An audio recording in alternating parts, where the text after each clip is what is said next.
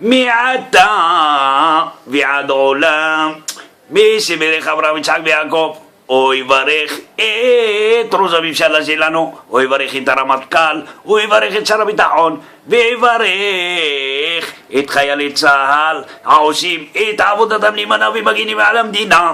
ואני רוצה לפנות לציבור בקריאה נרגשת. מחר אנחנו כולם יוצאים בתפילה מיוחדת להדלקת המנהרות בעזה, ואני רוצה לשלוח ברכה מיוחדת לאנשי החמאס וללחם שנמצאים במחילות, שהקדוש ברוך הוא יפיל עליכם במטה ופחד, אמן. שייתן לכם סחנה, אמן. דרבה, אמן. ייתן לכם שיתוק, אמן. שהקדוש ברוך הוא יפיל עליכם שלווקת חוגרת, אמן. שייתן לכם חזרת, אמן. כנמת, אמן. אדמת, אמן. ועתה ועד עולם כן יהי רצון, ונאמר אמן.